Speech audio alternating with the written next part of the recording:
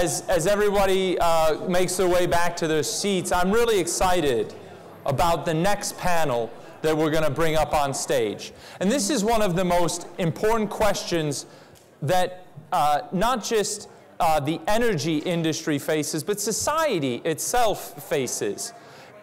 If we believe that distributed energy resources, that renewable energy is the true pathway forward from an economic perspective, and then as a principal driver in how we tackle climate change, whose job is it really to promote and incentivize more renewable energy, more solar, more storage? And I'm not going to be the one that tells you this, because we've got a great panel that's coming up right now. And I'm going to introduce my colleague, Aaron Hardick, to bring up this wonderful panel to talk about that existential question. Thank you. All right. So as Chris mentioned, we will be talking about, whose job is it to incentivize solar and storage. So with me today, we have a few experts on this subject. Right next to me, I have Solbop's president of Solar Ranch Development. Next to Sol is Chris O'Bannon. Chris is with New Energy Homes at Tesla. Next to Chris, we have Darren Schauer with GVEC. And then on the end over there, we have Ian Taylor with New Braunfels Utilities. So that was just a quick intro. I'm going to go ahead and let these gentlemen give you more of an introduction themselves and kind of the perspective they're going to bring to this conversation based off some of the work they've been doing. So Sol, if you could go ahead and give us a quick introduction, a little bit about yourself. Sure. My name is Sol Bopst, and I'm the president of Solar Ranch Development Company. Been active in the ERCOT market now for 3 years.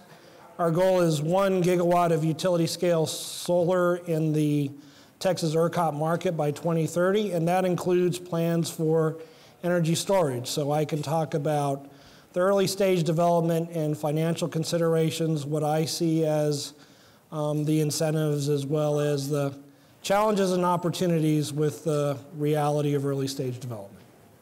I'm Chris O'Bannon. I started with Tesla a little over 2 years ago in the New Homes division in Southern California, managed Northern California a little bit. Then about a year ago, I moved back to Florida to grow the program east, and I've also taken control of the Southeastern U.S. Certified Installer Network, and that's sort of the local boots on the ground who is helping us deploy solar and storage and get the word out to as many people as possible.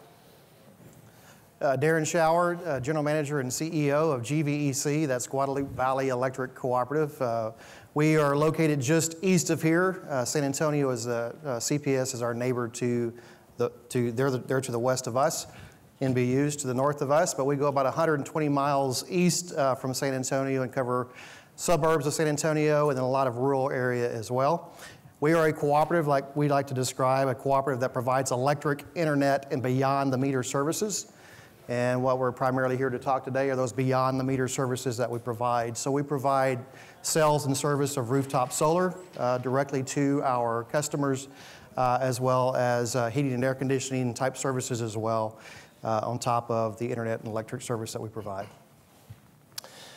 My name is Ian Taylor. I'm the CEO of New Braunfels Utilities, and we're the municipal utility serving the greater New Braunfels area just to the north of here. And we share a border with GVEC and CPS Energy as well. So we're a municipal utility. That means we're under the authority of the City Council, which appoints a board of trustees, which then governs the utilities. And we have water, sewer, and electric under that board. And I bring that up just because as a municipal utility, we have an obligation to reflect the community's values, and that comes through in our power supply program.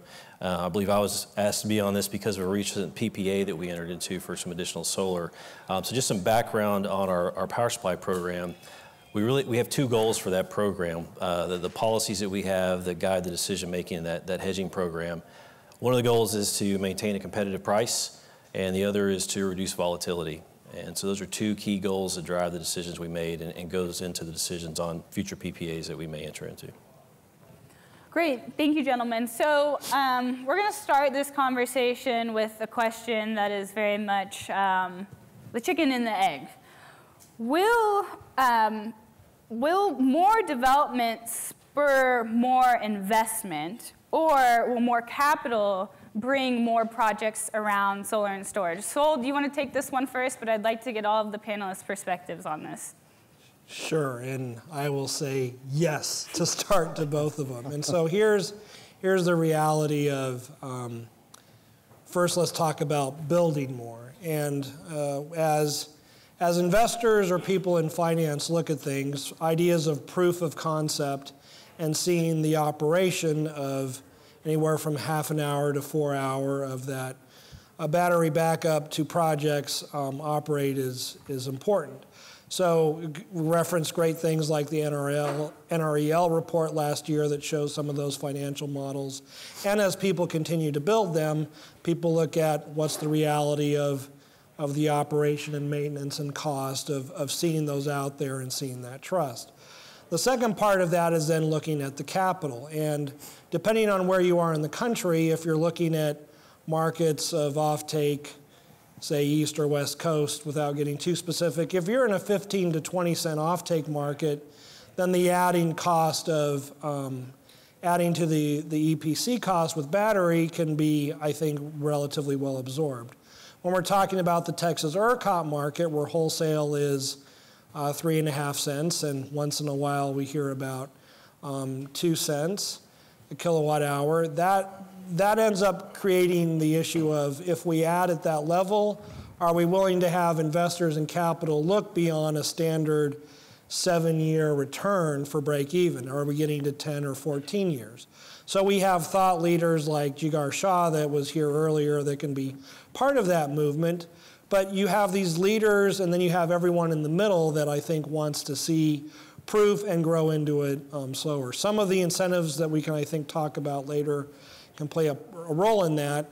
But there are risks that people are weighing looking at both of those opportunities, either seeing the proof of concept or seeing that if we're going to be in it longer term for that capital, that we trust that it'll be fruitful and prosperous. As it pertains to utilities, I think that we in the product manufacturing industry have a responsibility to get the continually improving functionality and affordability of our products out to the market, because once people realize that you won't need capital, it almost pays for itself in such a short time period that the capital consideration isn't quite the same as for like a larger scale solar array. The spot rate for, what was it, 9,000? Is that what it's capped at? It's like $9,000 for, what was it, megawatt hour? And the ability to have battery eliminate the necessity to ever have to touch that pays for itself so quickly that it's like, well, wait, why didn't we do this before? It didn't exist before. I'm continually getting on a less than monthly basis, like, hey, here's what our batteries can do.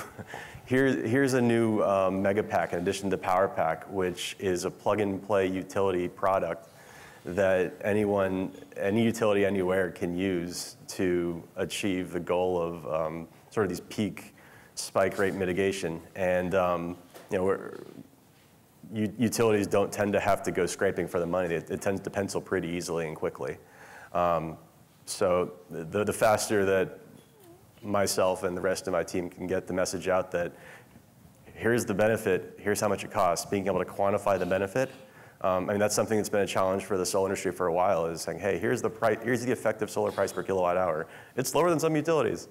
You should use it. A similar calculation goes into play with storage now as well. When it comes to residential homes, you get away from the price per kilowatt hour, but you then say, okay, well, here's what you're normally paying for a generator. How would you like to be able to use that generator every single day, not have to maintain it, and be showing it off to all of your friends that come to your house, type of thing. Yeah, I mean, the technology exists today for widespread adoption, and you guys are going to see, I think, more and more utilities are just like, oh yeah, we saw what you guys did in Northern California, and we want that too. And the word's going to spread as more people can point to their friends and their peers in the industry, say, hey, they did it, so now we get to do it. It'll spread pretty quick. And I would, for the most part, agree with what Chris has said in relation to GVEC. We're driven by our customers, by our members, and the cost of the technologies and the economics of the technologies is really what drives the deployment of solar and ultimately storage as well. And so when we see the price points get to a range where customers are able to justify the investment, we see them move. And that's why, from GVEC's perspective, we've been actively selling rooftop solar to our customers. Today, you're probably looking at probably an 8 to 10 year payback on rooftop solar. And for some customers, they're willing to make that investment. So the capital is really, from a distributed energy resource perspective, the capital is coming from the customers themselves if you're looking at DER. We just recently installed our first distributed battery at a home just this last week, actually. So now we have our first residential battery on our system. Still quite expensive with the technology that we deployed, but this customer was very interested in the technology, and so they drove that decision. They drove the decision to have GVEC come in and install that storage system for them. We're very interested to see how that works out for them, and as well as watch and see how the cost of that technology continues to decline or gets to a point where it's economical to tie in with their solar systems.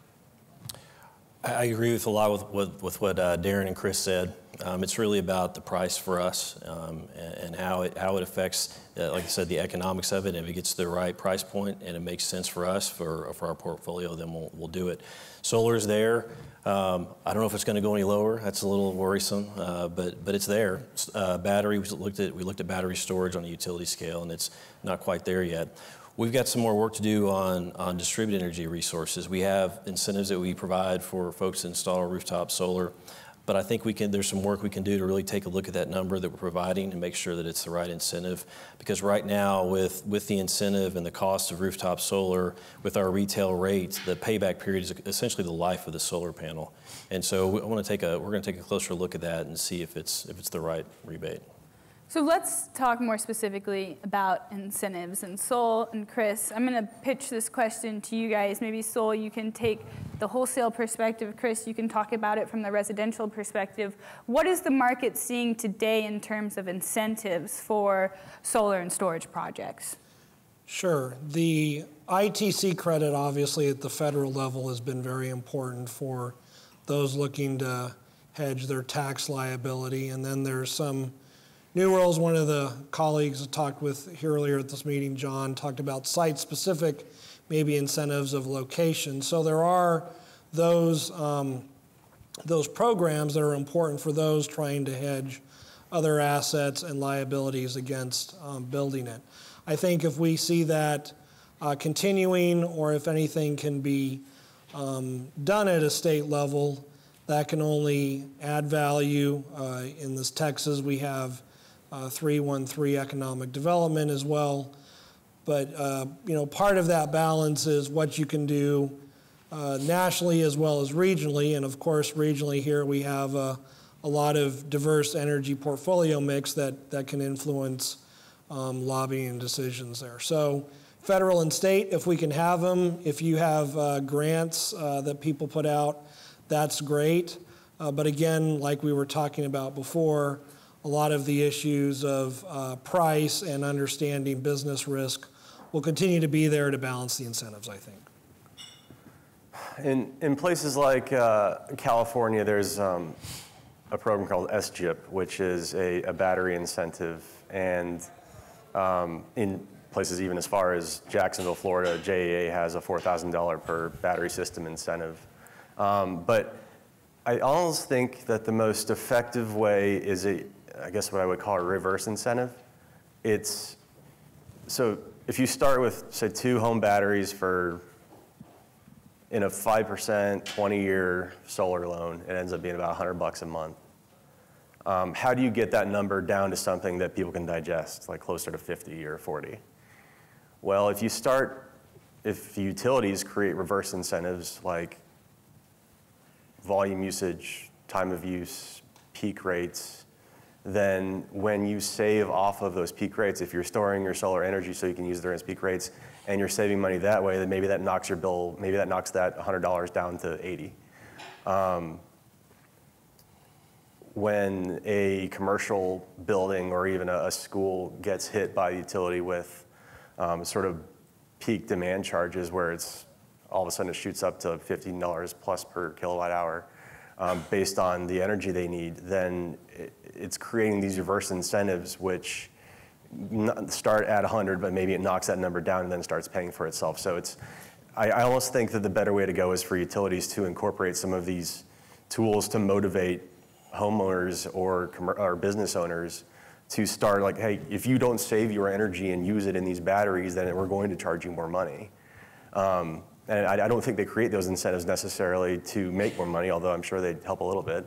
But they don't want all of that energy coming into their system during the day. They don't want all their energy to go out at the same time.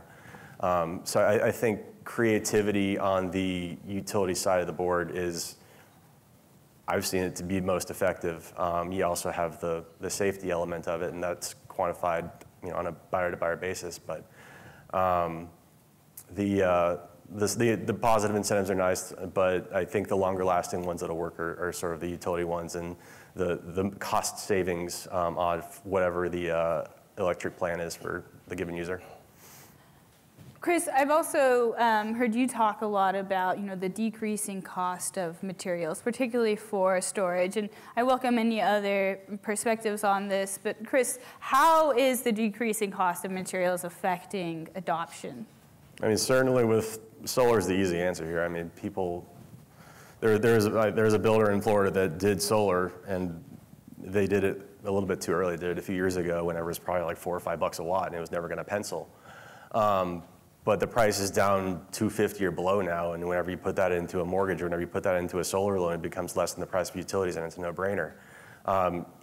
With batteries, I mean, speaking from my personal experience with a battery company, we weren't even able to offer on a wide scale the product last year, beginning of this year. That was just now available, and with that availability comes economies of scale. So the original price of a Powerwall has gone from, it's probably dropped 50% since Powerwall 1. It probably, actually more than that since Powerwall 1. But at this point, it's rapidly decreasing. I've seen 3 price decreases in the last 6 months, just within our own company. And it's new improvements are being made every day, and they're always being passed down to the buyer, because at the end of the day, $10,000 to $15,000 for a battery is still something you're going to have to finance or plan for.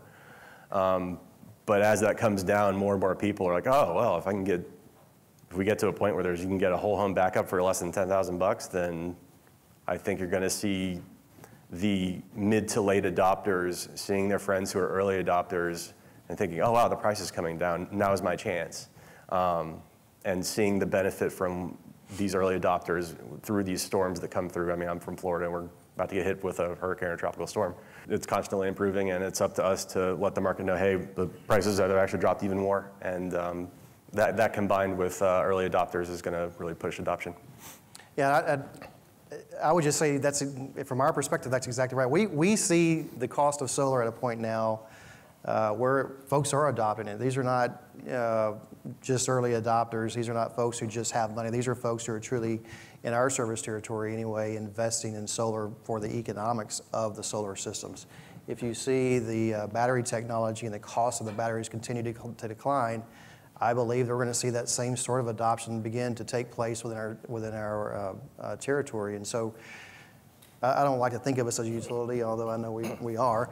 And so as a utility, my view is, GVEC's view is that our customers are going to adopt this technology whether we want them to or not. And so you speak of rate structures. We can work with the customers, and it's what a lot of the discussions that we're having at GVEC today is how do we design these rate structures such that we are able to control our power supply costs, lower our power supply cost, and take advantage of those costs for all of our customers, as well as those who have adopted the technology. You know, GVEC, we're fortunate in a way in that we're able to manage our own power supply. We have numerous different suppliers. We're very active in the market on a daily basis with ERCOT. And so having resources where we can control load or divert load, delay demand, is certainly very valuable. You speak of $9,000 power, it's very valuable, or even on the day-ahead market, $3,600 power. It's very valuable for us to have these distributed resources that we can call on to lower the demand on our system. So I believe that's ultimately what's going to happen, driven by the battery storage technology getting to that cost point where folks are ready to adopt.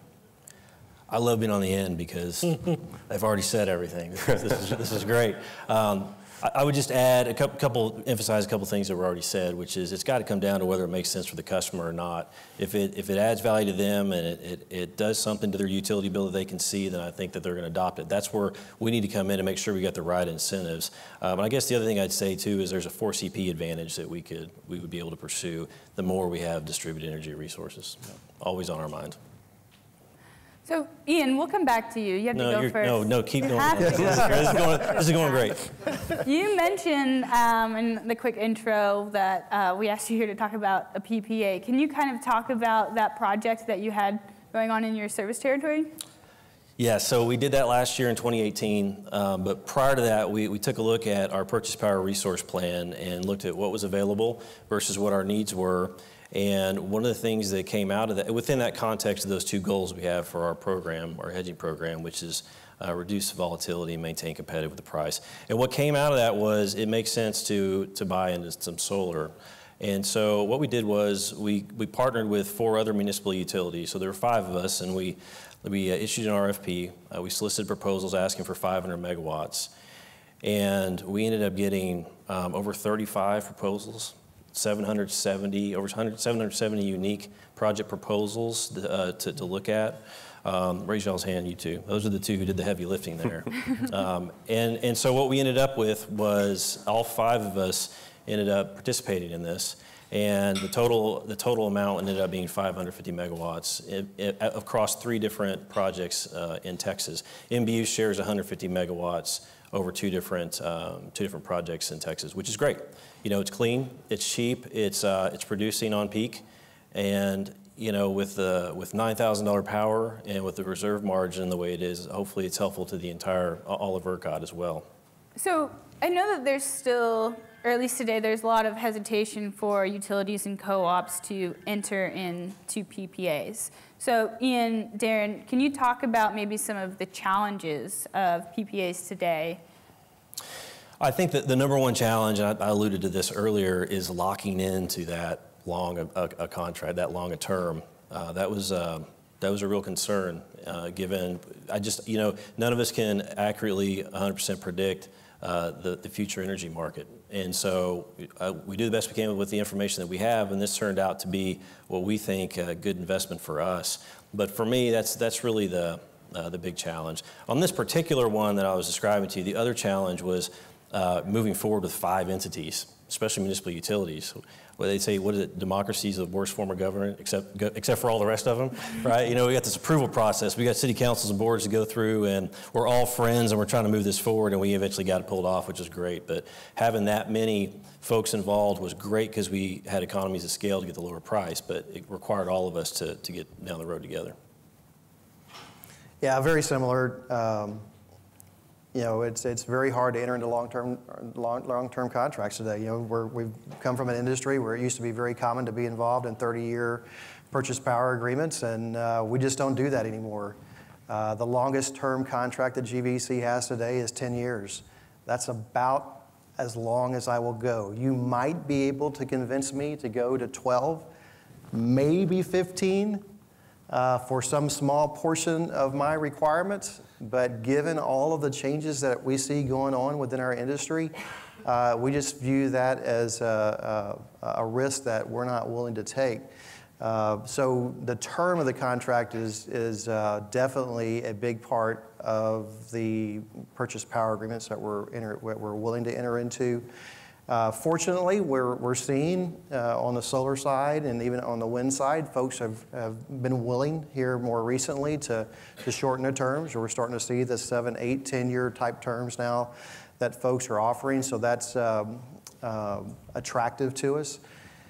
You know, that's one issue. Of course, price is always the other big issue, as well as having suppliers who have the credit backing to support the projects in which they're promoting. We want to make sure that we're dealing with solid credit worthy partners on the other side as well, just as they want to make sure that we're credit worthy. So I thought I saw a smile from you, and you come from the developer's perspective. Any challenges that you guys have come across when it comes to PPAs or developing these projects? One scenario to think about 5 to 10 years in the future that I'm sure there's been some late night thoughts from our co-ops here is 10 years from now there's going to be in New Braunfels and GVEC's areas a lot more Tesla EV vehicles as well as Powerwalls running. And so it'll be, we'll go through the summer months of at least 95 to 99 degrees if we can get under 100. And so ACs will be running all day, and people will be plugging in, and maybe they'll start doing the time of use off-peak where the charging will start at 9, 11 o'clock, but it's still over 80 degrees at that time. And so we have this off-peak variable time of use rates, and you want to see the project and the financing at part of the deal making, so that's where you're talking about 10, 12, 15 years to make your other deal makers happy. But what is the future price model going to look like? It's a matter of understanding all those variables in a model to what they can get for the power that's generated and what they're selling in work. So it'll all work out, I'm sure, in the end, but we still don't know what's going to happen in between. And we lay out the best understanding of what the risks and the factors are to have the materials. But there's those unanswered questions that I'm sure everyone thinks about in their long-term planning that we're all waiting to understand what those answers will be year by year as we do more of the project. So we talked about some of the challenges of PPAs. What would be, Darren and Ian, what would be the ideal PPA? Would it be something where you could, have protection of volatility in the market, or where you're renegotiating, price 2 or 3 years in? What would be some of those characteristics of a more, enticing PPA? I think that it's the right balance of a number of things. It's term, it's managing that congestion risk. Of course, it's price, it's size, all of that together. For example, ours, the generation profile is going to very closely match our load profile, right? That's really nice. And what we've looked at, well, if you throw in some coastal wind, that might help, some of that as well, too. So matching that type of generation with what the load looks like to try to bring that down to get you the optimized PPA. For us, I don't know if there is an optimal PPA. That's why we have numerous PPAs, is we stagger all of our power supply with numerous different suppliers, different terms. Of course, price is always a big driver. We're always looking to find the most competitive price for the different products that we're putting in place. And as Ian spoke of with NBU, being competitive, but also managing the volatility. And so our customers, just like NBU's customers, they don't like volatility. They don't want to see our rates swinging from one month to the next or from one season to the next. And so as we're looking to stagger those PPAs in, that's one of the things that we take into consideration is how much of the volatility can we take off of the table. So one thing we need to talk about is just how these resources create value. And load following, especially for storage, is definitely a value opportunity. So I'd like to hear from each of you the role that you think storage will play in load following. Maybe Sol, we can just start with you. Sure. I think it starts with the basics of providing the net present value of the grid stability, arbitrage of the energy, and as well as the backup power. So we know there's value in creating that stability, and we're seeing now within our own state the definition of it can be origination or part of the transmission delivery process. I think that's a good thing. That's part of the evolution to say our grid is going to look very different another 20 years from now than what it did 20 years before, with the major power plant delivering to the customer across lines. So the basics are there. If we're going to scale up to say it's part of overall generation, then that's a stepwise approach to seeing how that's scalable, cost, price, all of the things that we're looking at. I think in areas where there's more space, I think you'll see, rather than just a large solar array, you'll see a large solar array plus several battery substations. But something cool that we've been trying to figure out is something called aggregation, and we've done, I think, a pilot or two. And it's where the utility works with a developer to create a PPA, which includes both the solar and the storage component. The storage pays for itself through the utility because of the types of energy peak charges that we talked about. And the buyer ends up paying the same price, but when their home is built, it comes with a battery and solar. They don't own the battery, they don't own the solar. The utility controls the way that the energy flows in and out of the battery. So rather than the big solar spikes, that's the nature of the energy type, all they see is smooth flow out of the batteries whenever they need it. And then the buyer just buys a house and then pays a utility bill. And then the batteries and the solar are just a part of their house, and they don't have to worry about that functionality. That's all on the utility. And then the utility also, with whoever provided the equipment, would monitor and service as though it was any other part of the utility grid. So that's something that I'm excited to see happen in one of my territories. I think it's just a matter of time as far as the technologies and the ability to truly impact load following, as we've already mentioned, with solar combined with storage and having enough scale, enough volume out there that where you truly could have an impact. There's tremendous value there once the price points get to the level where they need to be, where they're competitive. But it just makes sense if you can store the power to be available during those peak periods of time, to flatten your load curve out, charging at night, charging in off-peak periods. It just makes tremendous sense to have that available to us. It's going to take a long while before we're at a level where we're seeing a true impact on the load following. I think for load following, it's already been said, arbitrage is one of the key things for us. I think also, again, for CP, I mean, if we have enough deployed, that could really help with that system-wide. Darren, I believe, and correct me if I'm wrong, your service territory has the highest penetration of rooftop solar on a per meter basis in the country? In the state, for cooperatives. So okay. You've got to be best at something, right? So, Yeah. We have the highest penetration of rooftop solar among cooperatives in the state. I think we're like this is according to CEPA, we're like number 9 in the nation among cooperatives. As far as rooftop solar penetration. How did y'all make that happen? We embraced it.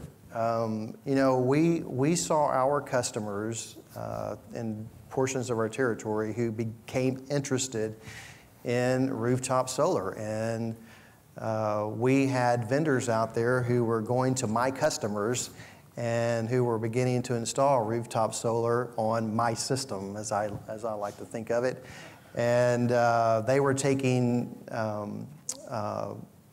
load away from me. They were taking energy cells away from me. And so we felt from GVEC's perspective, we've had a long history, 70 years, 80 years of history with our customers in this area of Texas. We felt like we were the best ones to represent them as far as their energy needs. And so we became very active in the solar market. We have a subsidiary that had been long set up, but a subsidiary that we use to offer solar cells and service installation. And so we became very active in promoting solar within our service territory. That's not to say that there are not other vendors in our service territory who are also doing the same thing, because they are. We're just competing against each other for that business. To date, we have about 85,000 meters, so we're small. In the utility world, we're small. But we're large enough where we can experiment and have an opportunity to interact with the customers and experiment with these technologies. So we became very active. We have over 1,800 rooftop solar systems out of the 85,000 meters today. And but it was us not being afraid of having solar on our system. And we've seen that a lot in the industry where some indices view solar as negative, especially distributed solar, and we just took a different view. It's not our decision as to whether or not a customer is going to put solar on their house. That's their decision. I can't control that. And so rather than trying to get in the middle of that or to discourage it, we embraced it and began to promote it as well. And so you're largely just monitoring these resources currently, correct? Yeah. And Chris, maybe you can offer some extra perspective on this, but Darren, how do you see the ability to control these resources in the future to create more value within your community? Yeah, of course, it's from a pure solar perspective, it's still, if they're producing solar, they want to consume it at their house. The more they can consume at their residence, the better off they are.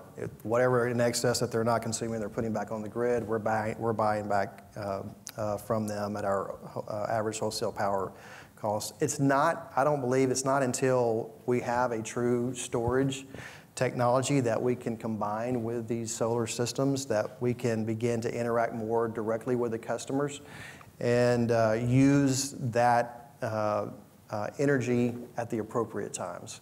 That will be when the true value of rooftop solar and storage can bring value to the utility. Yeah, we have that, so talk to you later. No, this is one of these things. It's like, I'd heard about this functionality 3-6 months ago. We were talking to a developer in Florida. And then about 1 or 2 months ago, I was like, oh yeah, we're doing a project like that already. We have control of that, and we can give that to a utility, and then they can set up the algorithm to control the energy however you want it. It's like, oh, that's good news. We should probably tell people about this. So, no, it's interesting how fast it's moving, and I'm glad to see you guys interested in it too. And there's lots of ways that can work for both the end user and you guys. I've heard, Chris, you mentioned a little bit about actually trying to track the year-over-year cost on some of these projects. How do you actually calculate, or how are you calculating cost of these projects or viewing it from a value standpoint? I mean, I talked about it a bit earlier, but if you're a buyer of a home and you're in an area with grid instability or you have storms coming through regularly and you don't want to lose your power, what are your options? A generator. I mean, my parents lived in central Florida, away like an hour from either coast, got hit by one hurricane that soaked the ground, another hurricane that knocked all the trees down the power lines. They didn't have power for 2 weeks. They were eating emergency rations. So they got a generator. And generators cost what? $7,500 all the way up to a whole house back up with nat gas that's in the $60,000 to $70,000 range. How do you value that product?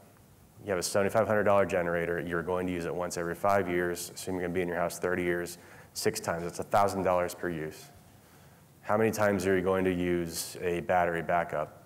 Well, you can use it those 6 times, but you can also use it the other times that you have 5 to 30-minute thunderstorm outages that prevent you from working if you work from home, or if you have critical needs as a, not life support, but if you have critical needs, like add that to the value. I mean, you create a lot of intangible and sometimes tangible savings that come from having this backup energy at your disposal.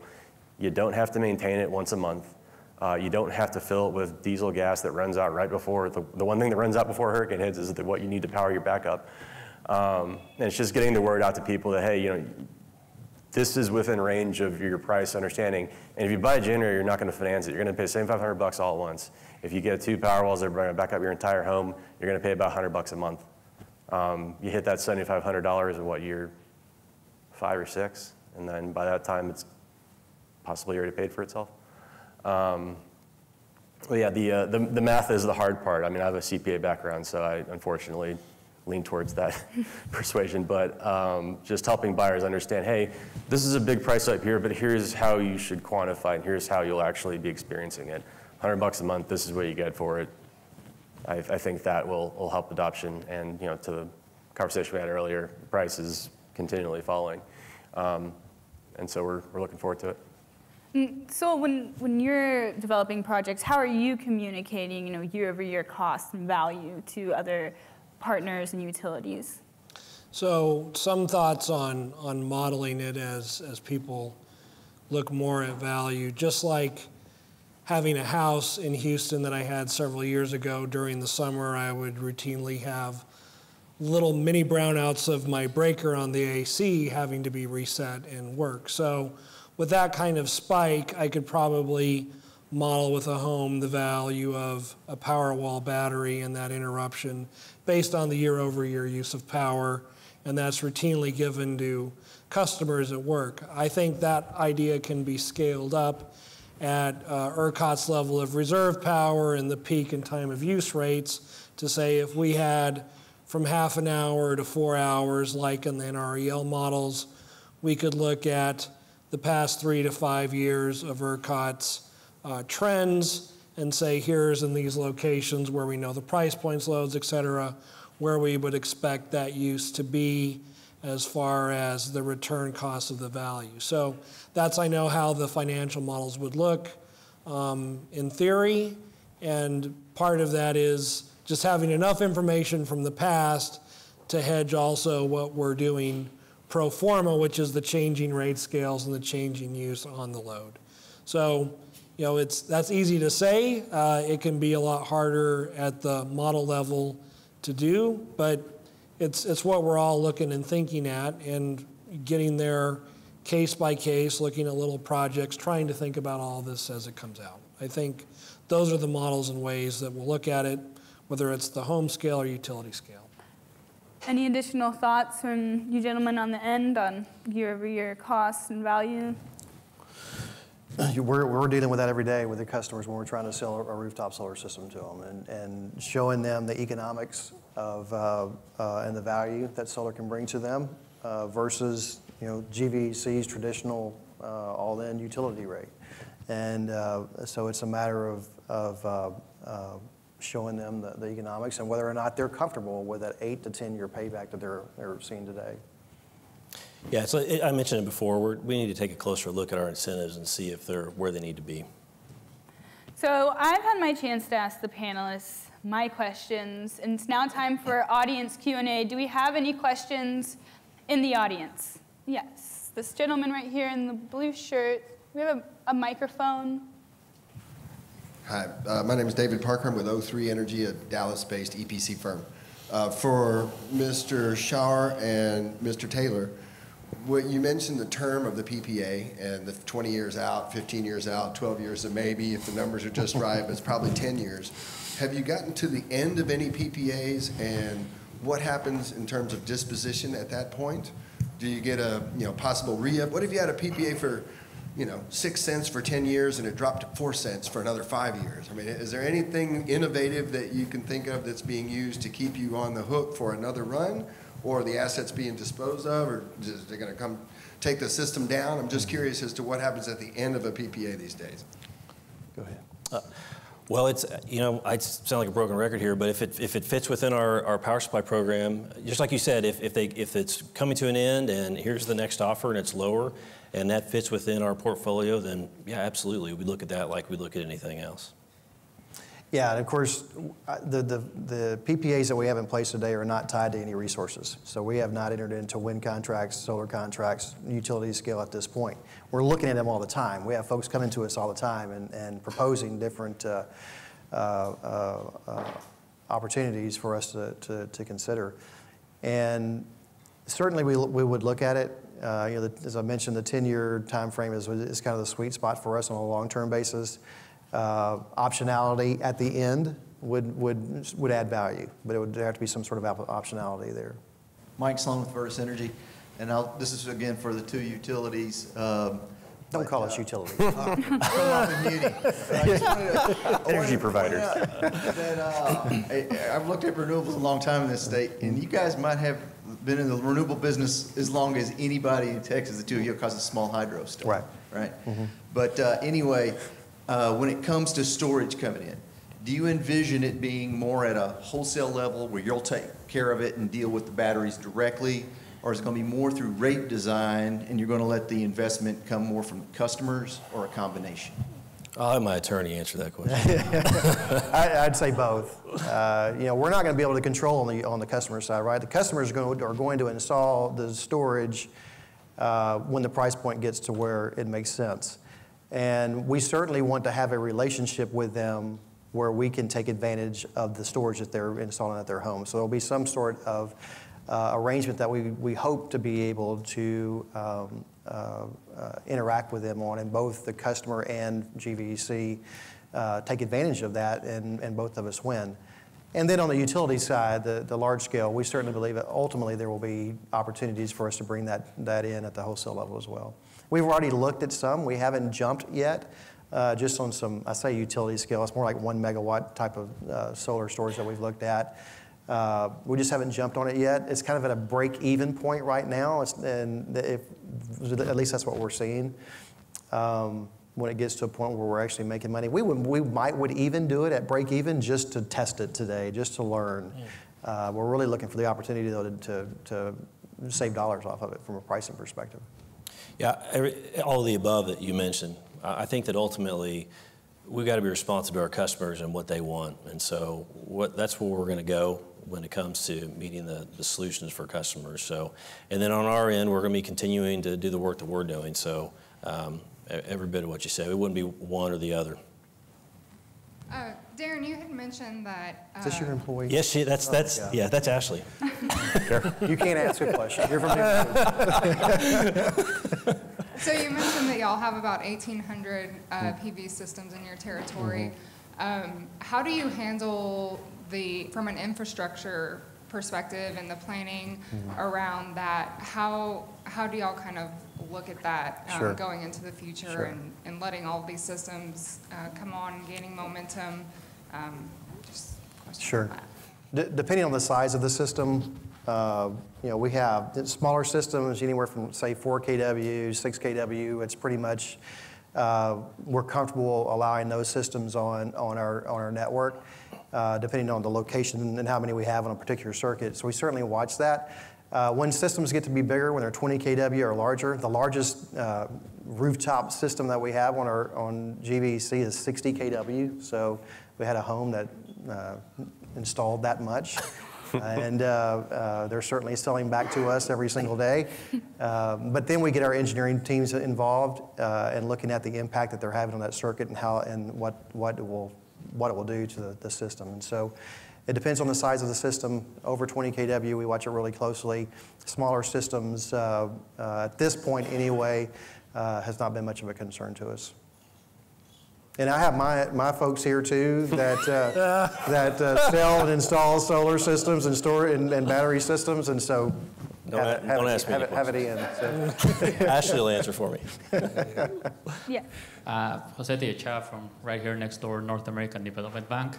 We finance over 3 gigawatts of solar and wind in the border area, and we're looking into storage right now. And I think financing storage, the main question we have right now is what technologies are financeable.